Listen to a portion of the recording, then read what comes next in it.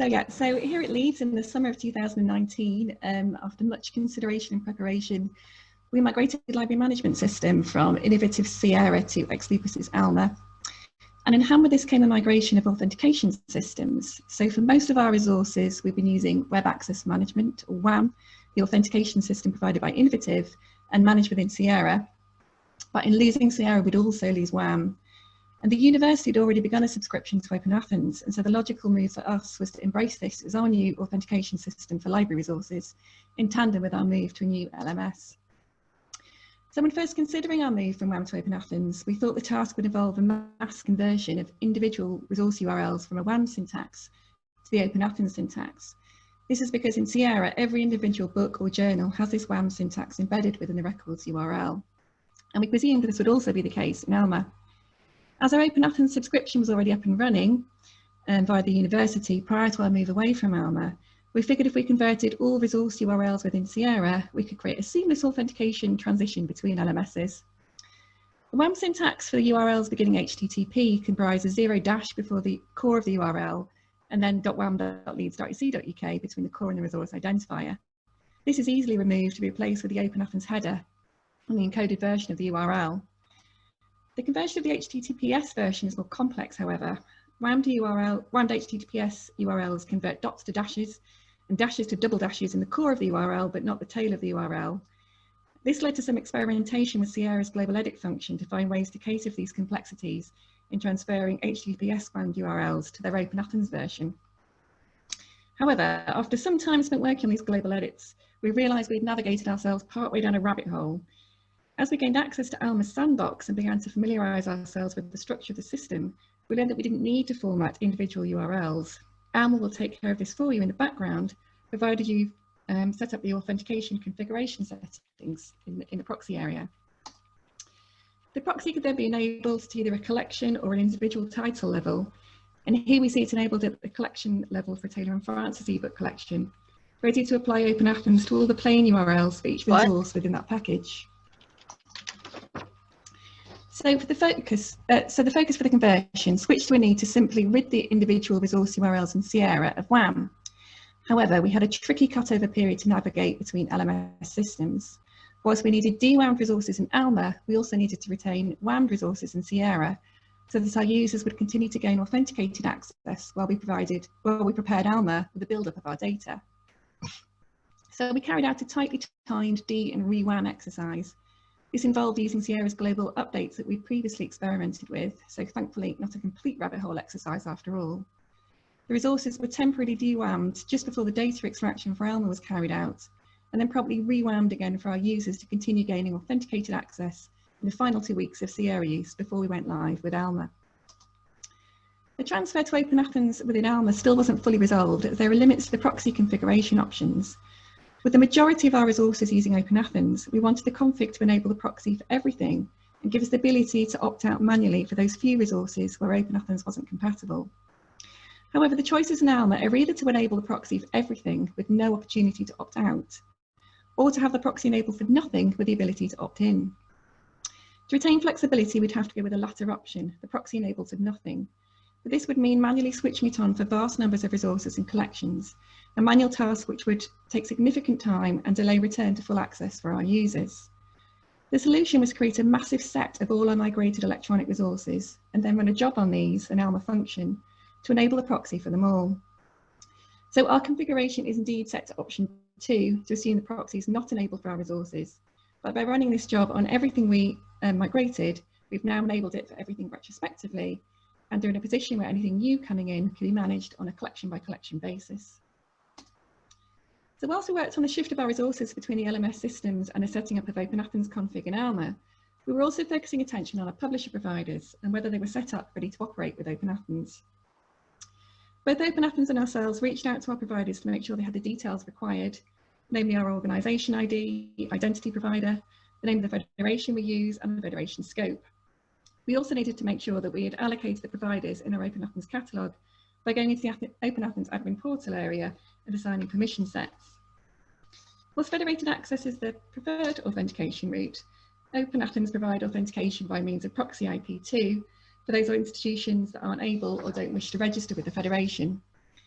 So each institution has its own OpenAthens IP, which can be whitelisted by a provider in the same way they'd whitelist the university campus IP range. From the end user's perspective, if the access is wafeless, the authentication process is no different whether it's provided through a federated or proxy IP route. And from the institution's perspective, there's also no difference. The same OpenAthens syntax can be applied to the URL, but clearly if the provider in setting this up, instead of the scope and the IDP, they'll need the OpenAthens IP address instead. This difference between IP and federated authentication methods is, we've discovered, a common reason for access issues that have surfaced since we went live with OpenAthens. An example scenario pans out like this. One of our users reports a 404 OpenAthens error when trying to access a resource. We disenable OpenAthens and Alma as a temporary measure to stop the 404 getting in the way of the campus IP range working, and advise our users that for off-campus access, they can log into our Desktop Anywhere service that will place them within our IP range. We check the OpenAthens catalogue to make sure the provider has an entry and that they're allocated. All appears well from this perspective. We email the provider to ask if they've got us set up properly with our OpenAthens credentials. They reply explaining they're not registered for federated access. We then give them our OpenAthens IP and ask if they can whitelist that instead. On rechecking the resource in the OpenAthens catalogue, we can see it's categorised as federated, not proxied. So we give OpenAthens a shout and ask them to set up a proxied entry instead. Once set up, OpenAthens is now good to go with this provider, with the redirector link operating just as it would have done had federated access been the mechanism working in the background.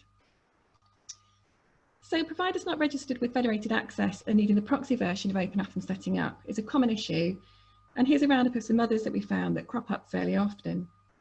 It might be as simple as the provider's resource needing allocating in our OpenAthens catalogue. In an ideal world, we'd have set all of these up, but with many hundreds to allocate, some have slipped through the net. Plus, sometimes there's more than one version for a provider in the catalogue, and we haven't always chosen the right one. Sometimes there's a change by the provider in the syntax of the wafeless URL. If this hasn't been updated in the UK Fed records, then it'll cause errors as the OpenAthens redirector will still be pointing to the old wafeless syntax. This is an issue that needs to be resolved by conversation between OpenAthens and the provider. In a similar scenario, sometimes a provider's domain isn't registered in the UK Fed records. For example, with one provider, their commercial site was listed, but not the site used by education institutions.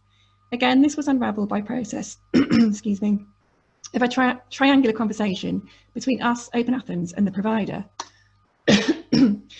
This triangular conversation is at the heart of the solution to many of the issues. The team at OpenAthens have been great at reaching out to our providers on our behalf and filling us in on the results of the conversations. Likewise, often it'll be us reaching out to the providers, who are also usually very helpful, and either copying a rep from the OpenAthens team or getting back to OpenAthens with the results of our findings. This open conversation has proved invaluable on those occasions where it's not clear where the issue lies. Often an access issue involves detangling, and all the more so whilst we're in the phase of getting to grips with a new LMS. To give an example, on one occasion we received a report of a user getting a forbidden message when attempting to access one provider's resource. On initial investigation, we realised that the resource had not been allocated in the OpenAthens admin portal. This resolved the forbidden error, but revealed a further problem. With the proxy enabled in the Alma settings for this resource, authentication was successful, but rather than arriving at the journal target page, the user would be taken to the resource's home page. Disable the proxy, and the user would arrive successfully at the journal target page, but of course, without authenticated access. We got in touch with OpenAthens, who found that if they used a redirector link generated from a plain URL for the resource, they were able to authenticate and reach the target page successfully. So the question became, what is happening in Alma to make this fall over? It transpired Alma's community zone facility was providing an outdated target page URL. So what started out looking like an authentication issue was only partly so. The resource needed allocating, yes, but beyond that, it was a tidying job to be taken care of within the LMS. Not all providers are able to offer deep linking or article level linking to their resources. This causes an issue when the LMS is set up to take users to an article, but following authentication, they arrive back at the resource's homepage. There are a couple of ways to rectify this. Either a target linking parameter can be set up by the provider for the redirector to work with, which would be a scenario involving a conversation between OpenAthens and the provider, or if the provider is not in a position to do this, the IP proxy version of OpenAthens can be used instead. So it's worth noting that the IP proxy system can be used where federated access is not available and to enable deep linking. A frequent misunderstanding we've come across with platform providers and publishers is the notion that they only support Shibboleth, not OpenAthens. In fact, if they support Shibboleth and are registered with the UK Federation, they will be able to use OpenAthens too.